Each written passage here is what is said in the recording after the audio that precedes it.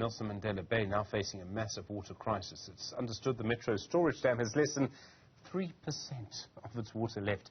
The dam runs dry. This will affect 107 suburbs. The calls for people to reduce consumption by 50 megalitres a day. Well, to give us an update, we're joined now by the Acting Executive Director for Infrastructure and Engineering in the Metro, Joseph Tsatsire. Joseph, good morning. Thanks for your time. How bad is it?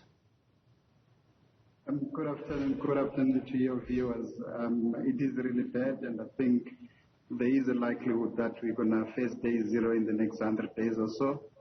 One of our catchment areas, that is the Chrome River system, which has got two large dams in the city, are almost dry. And with the current obstruction, we predict that, we're going to run out of water in the next 2 months or so. Is it going to be the whole city that runs out of water? As I understand your water system in Nelson Mandela Bay, you have two different areas of supply. Is it the whole city or just a big part of it? Not the whole city. You might remember that we also have got another supply from the Orange River system, which gives us plus or minus 210 megalitres on a daily basis. And the idea is that we should be able then to distribute that water to other parts of the city. However, it is our imperative requirement that we reduce our consumption, from 278 megalitres to around 230, plus or minus, for us to be able then to distribute that water to all parts of the city. This problem... I'm sorry, Joseph. This problem has been growing for years. You've been talking about this problem for years. Why hasn't the problem been fixed? Part of it, I understand, is the council just hasn't done a proper scheme to make sure that there is enough water. Yeah, obviously, I think the Metro suffers drought, every 4 years. I think since I can go back as 2010, there has been quite major schemes that has been designed to mitigate from the impacts of drought. Since then, we have quite started making investments into our water, into our groundwater resources.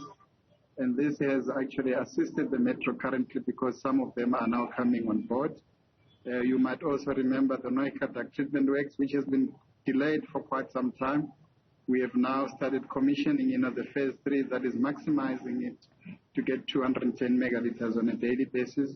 Our boreholes, which we have invested since 2010, obviously with groundwater exploration, is going to give us a total of plus or minus 30 megalitres on a daily basis.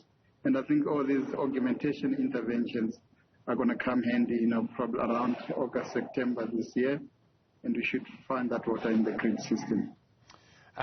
In the meantime, you're not expecting much rain. The Weather Service says it's not expecting much rain in your catchment area over the next few months. That'll make the situation worse. Yeah, we are in constant discussion with the South African Weather Service. And I think the information coming from them is that, we're going to expect average rainfall, but it's not going to lift our dam levels. And obviously, up until September, there's a big prediction that, we are not going to receive rain and our dams are going to suffer eventually. That's why we, expect, the hydraulic collapse of some of our two major dams, in the next 2 months or so. But I think the core which we are giving to consumers is that we really need to work together and reduce consumption, whether it's commercial use or domestic use. For us to be able at least to share the little water that we have and avoid intermittent supply in the short term. When you talk about hydro collapse, what do you mean? You mean it just runs out of water? It dries out completely. How many people would this affect? We know 100 areas. Are we talking 1 million people? Are we talking 500,000? The city has got plus, I think, 1.5 million according to the last census. And obviously, this will actually affect those number of people as well as economic production in the city. Joseph Tsatsire, thanks very much indeed, the acting head for infrastructure in Nelson Mandela Bay.